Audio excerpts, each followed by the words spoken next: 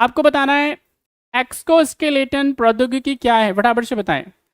एक, exoskeleton technology के बारे में बताना है क्या है, सही जवाब बताइए। क्वेश्चन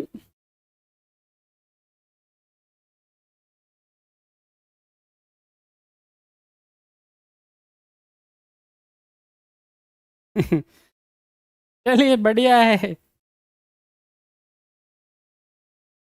क्वेश्चन का आंसर करिए आप सारे बच्चे, जल्दी से जवाब दें, क्या होगा क्वेश्चन नंबर 7 का सही जवाब। व्हाट इज एक्सोस्केलेटन टेक्नोलॉजी, क्या है सही आंसर इसका, फटाफट से बताएं। आभासी वास्तविक गेमिंग उपकरण का एक रूप, पहनने योग्य संचार संरचनाएं जो मानव शक्ति को बढ़ाती हैं, साइबर सुरक्षा उद्देश्यों के लिए उपयोग किया जाने वाला एक सॉफ्टवेयर और नवीकरणीय ऊर्जा उत्पादन की एक तकनीक। सही जवाब बताएं क्या है।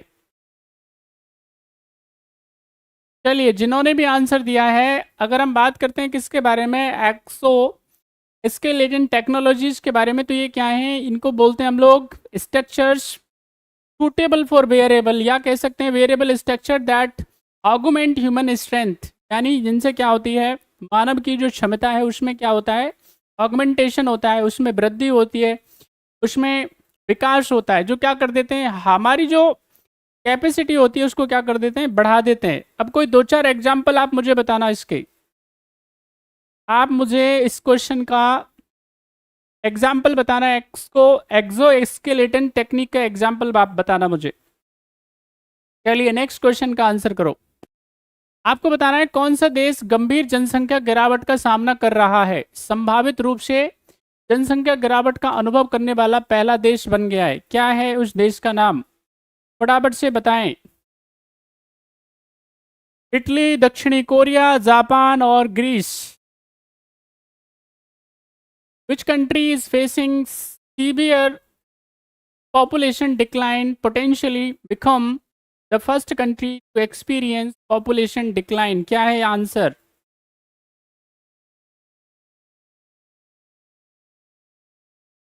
क्वेश्चन आपकी स्क्रीन पे है, आपको आंसर करना है। क्वेश्चन नंबर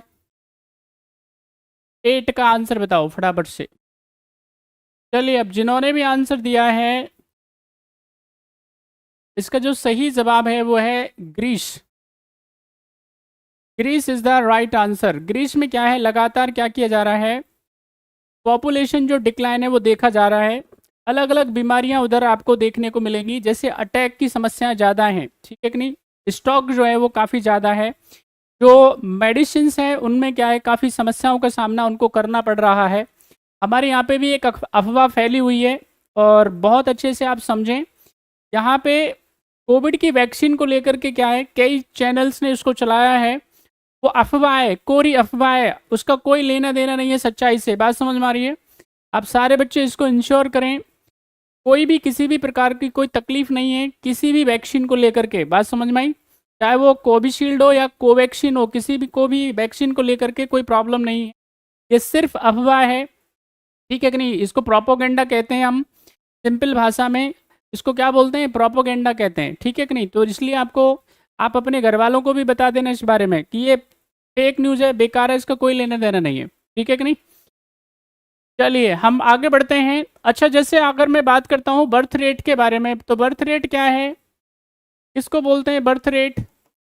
1000 अगर मान लेते हैं व्यक्ति हैं, उन पे जन्म लेने वाले अगर मैं बात करूंगा बच्चों की संख्या की, तो उसको क्या बोलते हैं, बर्थ रेट बोलते हैं। हमारे देश में as per census 2011, as per census 2011 की अगर मैं बात करूंगा तो ये कितनी है, 2.1 है, ठीक है कि नहीं। लेकिन अगर अभी क्योंकि सेंसस आया नहीं है, लेकिन हाँ इसमें जन्म दर में क्या हुआ है, हमारे देश में गिरावट आई है, लगभग अभी ये 2 के बराबर है, ठीक है कि नहीं। हिंदू जो बर्थ रेट है वो कम है, और मुस्लिम आबादी में बर्थ रेट अभी भी क्या है, ज़्यादा है, तो याद रखना है आपको। डेथ रेट की अगर हम बात करेंगे, अच्छा इसमें किसी दिन हम क्या करेंगे, पूरा का पूरा जो सेंसस है हम उस पर बात करने वाले हैं। डेमोग्राफी पे 1 या 2 लेक्चर्स पे हम चर्चा करेंगे, उसमें डिटेल में बात करेंगे सारी जितनी भी हो सकती है। फिलहाल इसका जो आंसर हो जाएगा, Greece is the right answer.